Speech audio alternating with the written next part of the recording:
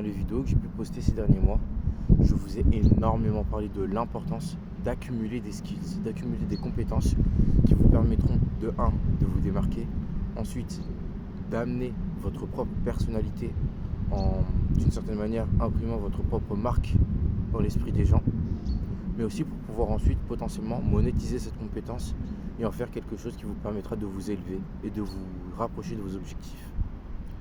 Eh bien, je pense que le seul moyen de pouvoir accumuler autant de compétences, de pouvoir accumuler autant de skills, c'est tout simplement d'être une véritable éponge, d'être une entité qui absorbe les connaissances, qui absorbe encore et encore et qui aime ça. Il faut que vous aimiez ça. Il faut que vous aimiez vous instruire. Il faut que vous aimiez accumuler tout simplement des informations.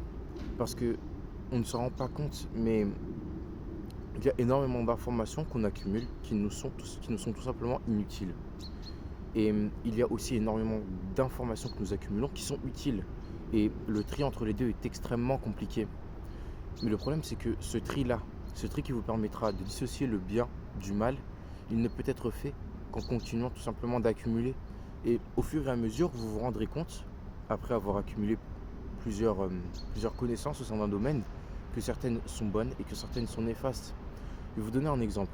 Par exemple, pendant un moment, je me suis beaucoup renseigné, j'ai fait beaucoup de recherches au niveau de la nutrition, tout simplement parce que je voulais améliorer mon apparence physique. Et ce que je voulais en particulier, c'était perdre du gras, parce que j'estimais avoir un peu trop de gras dans certaines parties de mon corps. Donc je me suis renseigné, j'ai fait énormément de recherches, et certaines personnes me disaient qu'il fallait faire, par exemple, un déficit calorique, et d'autres disaient que ça ne servait à rien et qu'il suffisait de me faire plaisir tant que je faisais assez de sport. Eh bien, j'ai regardé énormément de contenu et la majorité des gens dans ce genre de situation, ce qui va se passer, c'est qu'ils vont tout simplement être perdus. Et c'est normal. Tu accumules des connaissances contradictoires. Certains te disent qu'il faut faire ça, d'autres te disent qu'il faut faire ci, et tu es perdu. Eh bien, ce que j'ai fait, c'est que j'ai tout simplement fait un tableau où j'ai écrit les informations contradictoires que j'ai pu récupérer. Donc, faire un déficit calorique et manger ce que je veux. J'ai regardé les personnes qui me disaient ça. Parce que forcément, et ça c'est quelque chose dont les gens doivent être conscients, quand une personne nous donne un conseil, on va immédiatement partir du principe que ce conseil, cette personne l'applique. Et donc on va se baser sur son physique pour dire si ce qu'il dit semble véridique et efficace. Par exemple, si deux personnes viennent vous donner un conseil sportif, la réalité c'est que vous vouliez l'admettre ou non, vous ferez plus confiance à la personne qui semble sportive qu'à la personne qui ne semble pas. Parce que vous partirez du principe que la personne qui est sportive et que la personne qui ne l'est pas applique tous deux ce qu'ils disent. Et donc, qu'il y en a un sur qui ça marche et l'autre sur qui ça ne marche pas. Et bien là, j'ai fait exactement la même chose. J'ai écrit les deux avis différents que j'avais. J'ai repensé aux personnes qui ont pu le dire. J'ai pensé aussi à ce qui semble le plus véridique, au nombre de personnes qui ont pu porter certains propos et aussi à leur background d'une certaine manière. Et à partir de là, j'en suis venu à la conclusion tout simplement qu'il fallait faire un déficit calorique, mais qu'il y avait une part de vérité dans le fait que je pouvais manger ce que je veux. Les deux choses sont vraies, il y en a juste un qui est plus précis, il faut faire un déficit calorique. Cependant, je peux manger ce que je veux tant que je reste en déficit calorique. Je peux manger que des fast-food si je le veux. Tant que je suis en déficit calorique, je perdrai.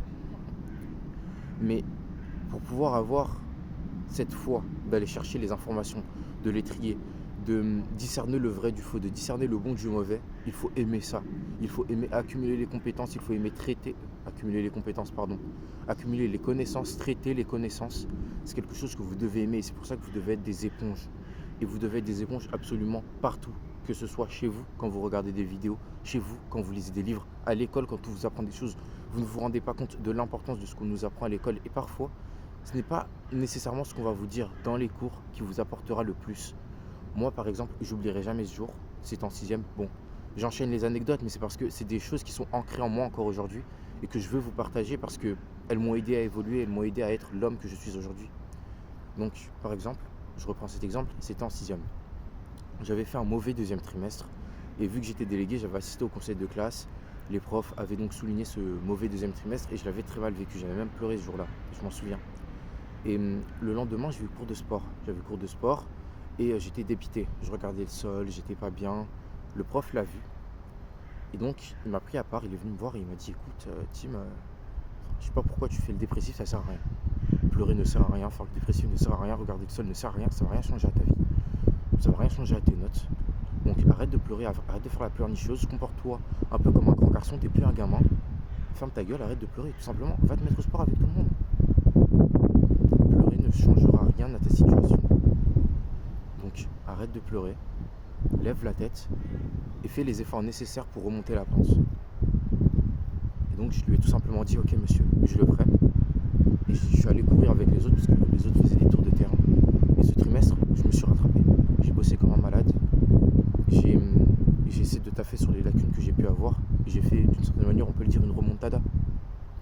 Et il y a énormément d'autres conseils qui ont pu m'être apportés, pas nécessairement du point de vue scolaire, mais d'un point de vue tout simplement sur la vie en général, apportés parfois par mes professeurs, parfois par mes amis, parfois par des personnes que j'ai pu rencontrer comme ça dans la rue, qui m'ont été extrêmement bénéfiques.